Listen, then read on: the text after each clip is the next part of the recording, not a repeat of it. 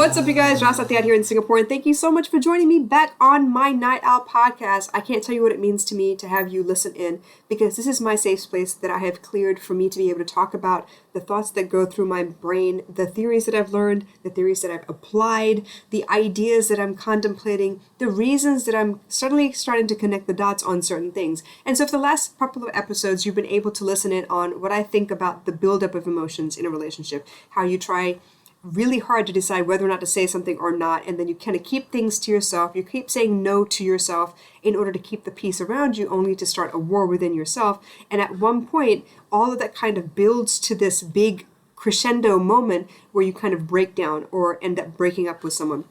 So we were talking about the overwhelm that leads to the rant about how you really feel in the last episode, and I kind of want to expound on that a little bit more, because the ecosystem that is off balance is where we actually start to explore what went wrong where, what we could have adjusted when, and if it's even worth it to kind of let the other person know to see if they're willing to change a couple of things to improve the current situation. So when I talk about an ecosystem off balance, I'm pointing out all the things that are off balance. And when you point them out, how it sometimes seems like placing blame.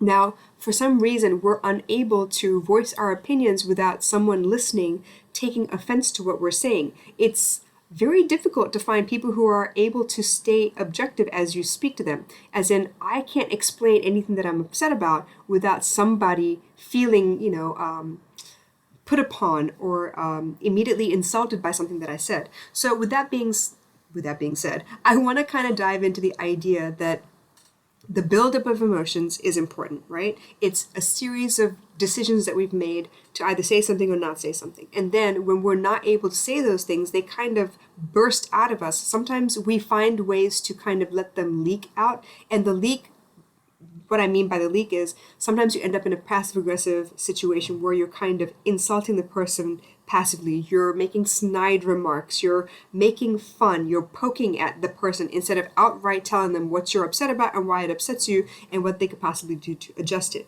Mostly because somewhere along the way, they have taught you that any kind of feedback may not be well received by them, and so you have to choose your words carefully. But to hold your tongue is not in everyone's best interest, and not everyone can do that very well.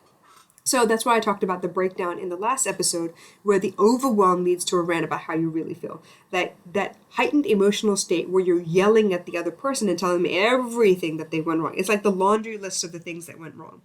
But when you get to that moment, you're going to upset the other person. There's no way around it, right? It's like, I need to get all of this off my chest, so now I've got it all on the table and we can sort through it if you're willing to figure out what it is that went wrong and how we can go about fixing the situation at hand. So when I'm talking about the ecosystem off balance, it's that laundry list that I'm pointing out. When I list out the fact that, you don't care enough to show me that I'm appreciated. You don't help me with the groceries. You don't help me with the like whatever the laundry list of things is, because I guarantee you it's a list of things. It's not one thing. It's many things and many instances of the same thing over and over. When you start to list it out, it often feels like you're placing the blame and you're pointing out how the other person is not good enough, is not a good person, is a failure at life, is less than worthy. Like, it could come out any one of a number of different ways.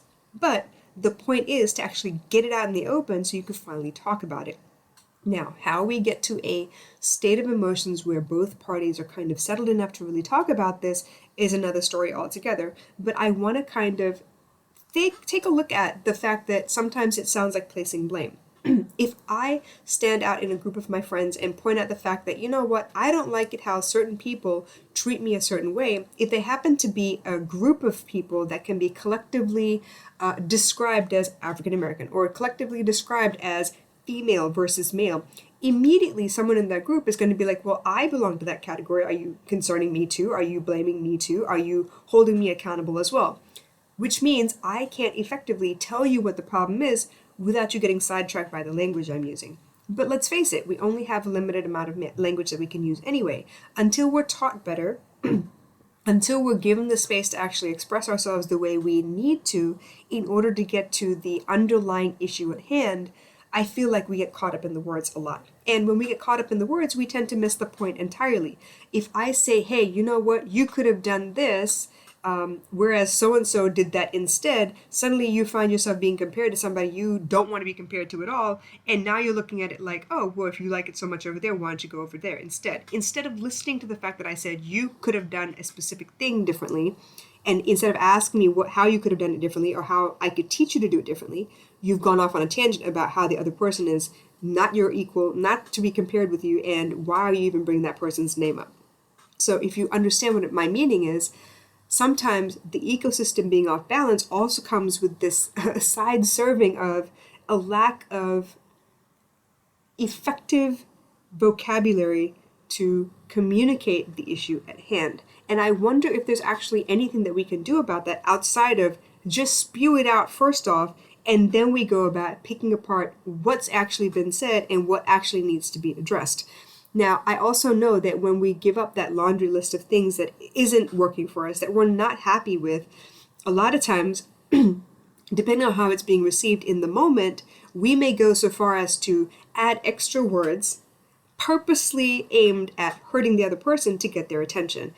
If you've ever heard someone be called stupid or narcissistic or damaged somehow or a toxic person, it's not actually to point out that the person is a terrible person, but to point out that the behavior is really that damaging. You're trying to give importance to the fact that you need this done and it's not being done, but you end up hurting the other person in the first place. So I feel like usually when we have a sit down and we want to get things off our chest, we have to have an understanding. We have to have ground rules to how we actually communicate with each other or engage with each other so that we don't get lost in the verbiage. We actually can get to the decision to be made, the discovery of what actually is falling apart and what could be mended, and then we can really put the relationship in the driver's seat instead of me versus you, as in both of us sit on the same side of the table and we tackle this problem together, instead of me sitting across the table from you and me attacking you and then you attacking me right back in order to restate the fact that you do have some worth. So I'm really curious, how have you experienced this? Is this something that you notice on a daily basis?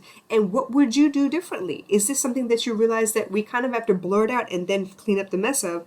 Or do we just keep holding our tongue and let it fall apart with no chance of repair? So with that being said, you guys, thank you so much for listening in, and I will catch you on the next episode.